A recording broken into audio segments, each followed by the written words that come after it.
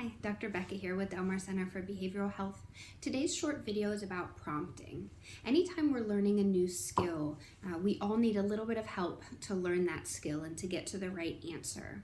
And it becomes important because whatever we practice becomes perfect, right? So the more we practice something a certain way, that becomes how we do that behavior, do that skill ongoing. So it's important that we're practicing correctly or practicing accurately so that we're not practicing errors that then are getting in the way of our learning.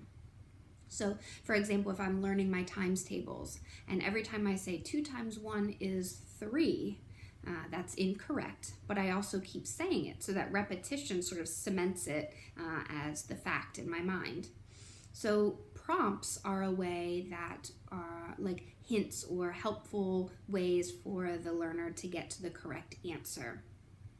And there's a bunch of different types of prompting, and we use prompting regularly in behavior analysis to help our learners get to the correct answer so that what they're practicing is accurate and not practicing errors.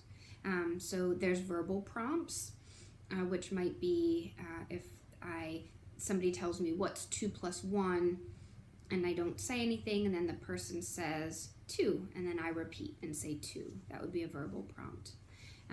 There's also gestural prompts or visual prompts, which has no language to it or no vocal verbal language, right? It could be written on paper. Maybe somebody asked me what's 2 times 1, and then they hold up 2 fingers as a visual prompt, or they hold up the number 2 written on paper.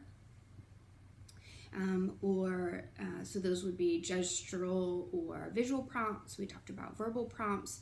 And I guess 2 would be hard to do with a gesture, but let's say I'm learning the steps to wash my hands, and a gestural prompt might be pointing to where I need to go next. So if I just put the soap on my hand, maybe gesturing to the running water so that's where my hands go next to wash the soap off.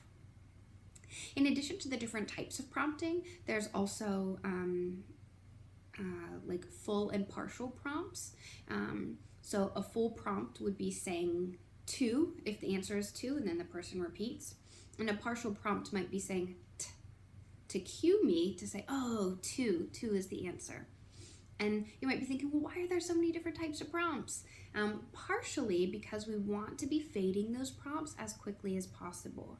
Because just like if we're practicing an error, then that becomes fused in our mind, right? And that's how we think that behavior is supposed to go.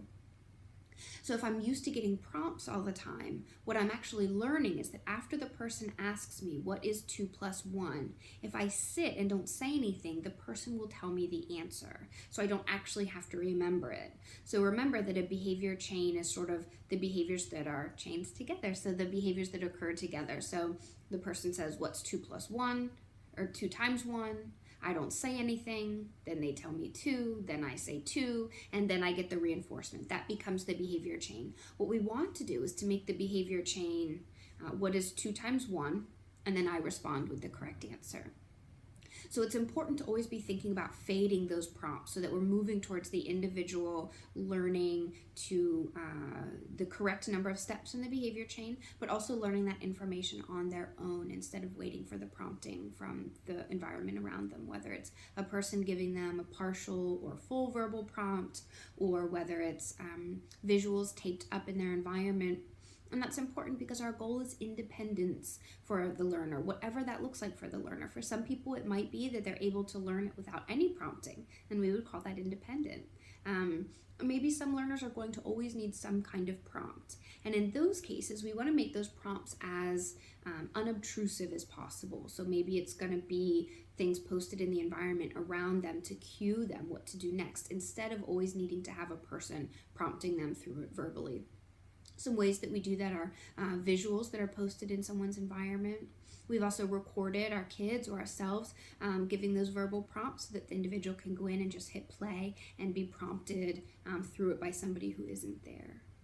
So again, prompting is a huge part of what we do. It's a huge part of learning for everyone. And since our focus is on learning and having the individual gain skills. We use prompting to help ensure that the individual is getting the correct answer so that they're practicing corrects and accurate responses instead of practicing those incorrects or those errors, which then make those more strongly part of the individual's learning repertoire. Thanks for taking the 5 minutes to tune in and learn about prompting. I'm Dr. Becca with Del Mar Center for Behavioral Health, and I'll talk to you guys soon.